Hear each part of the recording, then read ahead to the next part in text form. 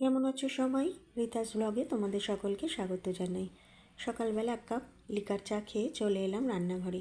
এসে ব্রেকফাস্ট করে নিলাম লুচি আর শাহি মালাই আলুর দম। তো সেটা অন্য কোনো দিন তোমাদের সাথে শেয়ার করব। তো আজকে যে রেসিপিগুলো করলাম সেটাই তোমাদের সাথে শেয়ার করছি। প্রথমে করে নিলাম বেগুনের ঝাল।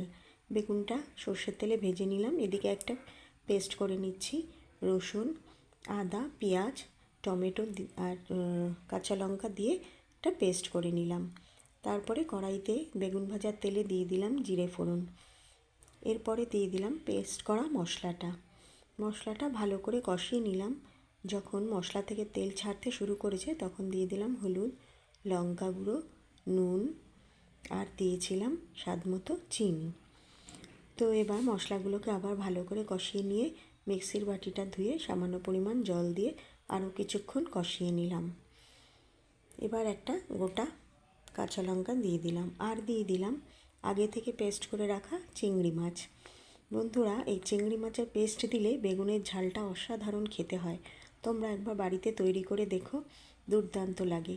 আর বাড়িতে ধনে পাতা ছিল না, মানে ধনে পাতার পেস্ট করা ছিল, সেটাই দিয়ে দিলাম। তো এরপরে ভাজা বেগুনগুলো আমি ওই পেস্টের মধ্যে বা ঝোলের মধ্যে ছেড়ে দিলাম। তো কিছুক্ষণ হতে দিয়ে এপিট ওপিট করে নিয়ে এই যে বেগুনের ঝাল রেডি হয়ে গেছে। তোমরা একবার এইভাবে চিংড়ি মাছের পেস্ট দিয়ে বেগুনের ঝাল করে দেখো, অসাধারণ খেতে লাগে গরম ভাতে। তো যাই হোক, এবার আমি সেকেন্ড রেসিপি করছি, যেটা তোমাদের সাথে শেয়ার করছি। বন্ধুরা, তোমরা কে কে এই মাছটা খাও, এই মাছের নামটা জানো, কমেন্টে জানিও। তো আমি এই মাছ যেহেতু ছেলে আর হাজব্যান্ড খায় না, সেই জন্য আমার জন্যই এনেছে একটা, আর ওদের জন্য রুই মাছ নিয়ে নিয়েছি। তো মাছগুলো আমি হলুদ আর নুন মাখিয়ে এবার হালকা করে একটু ভেজে নেব। তো কড়াইতে সর্ষের তেল দিয়ে দিয়েছি, সেই তেলে মাছগুলো ভেজে নিচ্ছি। তো বন্ধুরা, এই মাছটা যারা যারা খেয়েছো বা চেনো তারা তো অবশ্যই জানো খেতে কত স্বাদ, আর যারা খাওনি তারা একবার কিনে খেতে পারো। তো যাই হোক, এই মাছটা দিয়ে আজকে হালকা রান্না করব। সেই জন্য বাড়িতে থাকা শীতের সবজি দিয়ে দিলাম, আলু, গাজর, ফুলকপি আর কিছু কড়াইশুঁটি দিলাম। এবার দিয়ে দিলাম পেস্ট করা মশলা। এই মাছটা যেহেতু হালকা রান্না করব তাই পেঁয়াজটা আমি বাদ দিয়ে দিয়েছি। দিয়ে দিলাম আদা, রসুন আর টমেটো পেস্ট। সমস্ত মশলা দিয়ে ভালো করে কষিয়ে নিয়ে দিয়ে দিলাম লঙ্কা গুঁড়ো। এরপরে দিলাম স্বাদ মতো চিনি।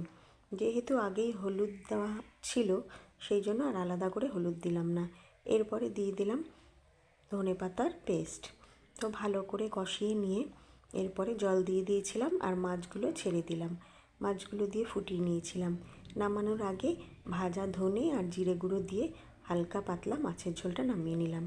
তো আজকের মেনুটা শেয়ার করছি। ডালটা তোমাদের সাথে আগে শেয়ার করিনি, খালি এখনই দেখালাম। তার সাথে লেবু, লঙ্কা, বেগুনের ঝাল আর এই যে ফলি মাছ আর রুই মাছের হালকা পাতলা ঝোল, আর এই যে শাহি দম আলু করেছিলাম সেটাও তোমাদের সাথে শেয়ার করা হয়নি। এদিকে রয়েছে সাদা ভাত। তো বন্ধুরা, আমার এই ব্লগটা যদি তোমাদের ভালো লেগে থাকে অবশ্যই লাইক করো, কমেন্ট করো, শেয়ার করো আর সাবস্ক্রাইব করো। তো যাই হোক, আজকের জন্য টাটা। কাল আবার দেখা হবে তোমাদের সাথে।